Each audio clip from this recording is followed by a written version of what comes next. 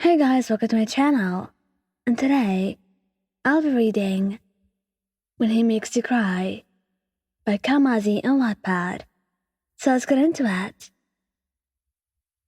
Midoriya. You're walking back with Izuku from the grocery store, since the fridge was empty, and it was your turn to do the shopping.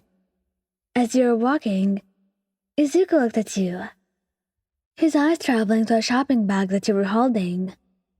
Man, I'll take the bag if you want. Oh, no, that's fine. No, honestly, they're heavy.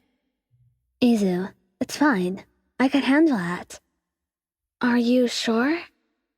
What? You think I can manage? Well, wait. I was joking. But you actually think I'm weak or something? He failed at that. Look, you just might get hurt. That's all I'm saying. He tried to justify, but he seemed upset. You're joking. Look, maybe you have All Might's powers. But don't you think you have the right to degrade me? Do not bring All Might into this, Hwayan. Excuse me? You know what? I'm done. As you started walking faster, he followed. It's not my fault you can't defend yourself. He quickly cut himself off as he realized what just came out of his mouth. Do not think of coming close to me. He mumbled out, crying, as he stood there in tears himself. Bakugou. You were sparring with him during heroics class, and beat him. But he obviously had to defend himself and his big ego. Okay, but I don't see why you're so angry. You always win anyway. So one loss isn't going to destroy your reputation or something. Do you not see it? I lost. Against you. His voice turned dark. And? What's the problem? I lost against a damn weakling. That's the problem. You looked at him in shock, clenching your fist as you felt your face getting hot, and tears beginning to sting your eyes. Realizing what he had just said, he started apologizing, but the damage has already been done. You asshole. You're so self-absorbed, you know that?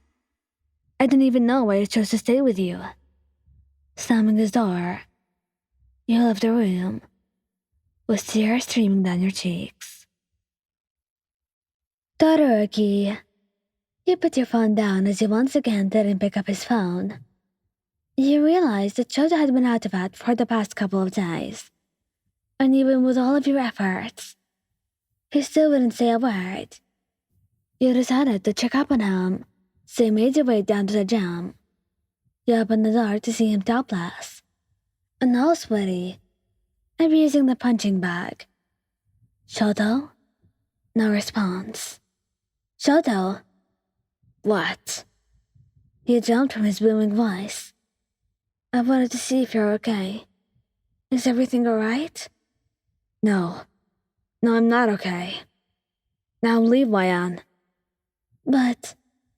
I said leave. You know what? I'm done worrying over you. I don't have to be the one doing everything in this relationship. Oh, what now?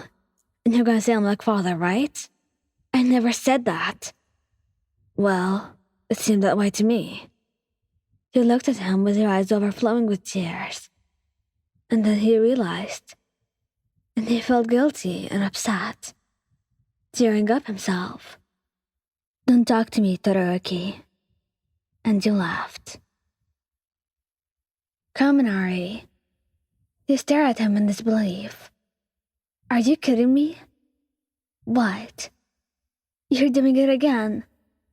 Doing what? Socializing? Flirting. You're flirting again. Yep. This one had the nerve to actually flirt with some whore.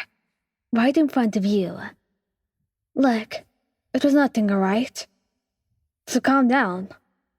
No, I don't need to calm down. Until you notice what you're doing, I won't put up with you. What are you talking about? I'm talking about your behavior. Until you straighten out, I'm done with this. This bullshit. I'm your girlfriend for crying out loud. So start treating me like I am. He stood there, wishing he could go back in time, as he ran back to the dorms crying. You were in your dorm room, catching up on your homework. Since you were sick for the past week, Kirishima was supposed to come over and help you with that. But he never did. Every time you would text him or call him, he would say he was busy, or that he was hanging out with Bakugou and Kaminari. And now you had just about enough of that. Just as you finished your homework, you received a reply text from Kiri, saying he was busy, so you decided to confront him about it. You knocked on his door to his room. You heard some rattling, and the door opened. Oh, hey babe. We need to talk. You walked into his room while he sat on his bed. So, what's up? What's up? Well, I'm not surprised you didn't know. What do you mean, Mayan? Kirishima, what do I mean? What do I mean? For God's sake. Are you playing dumb? And that got him mad. Okay, what the hell is your problem? Are you joking? For the past 3 weeks I've been busy and spending time with your friends. It's like I don't exist anymore. Well, maybe if you weren't so annoying then I wouldn't ignore you. Tears began to run down your face as you looked at him. Frowning, he stepped towards you, and you stepped back. Don't touch me. I'm done trying with you, Carrie. I think we need a break. Heartbroken and sobbing, you ran out. Sero hasn't been too free with you lately. He's been reading this manga that was keeping him so busy and so up at night that he wouldn't even talk to you most of the time.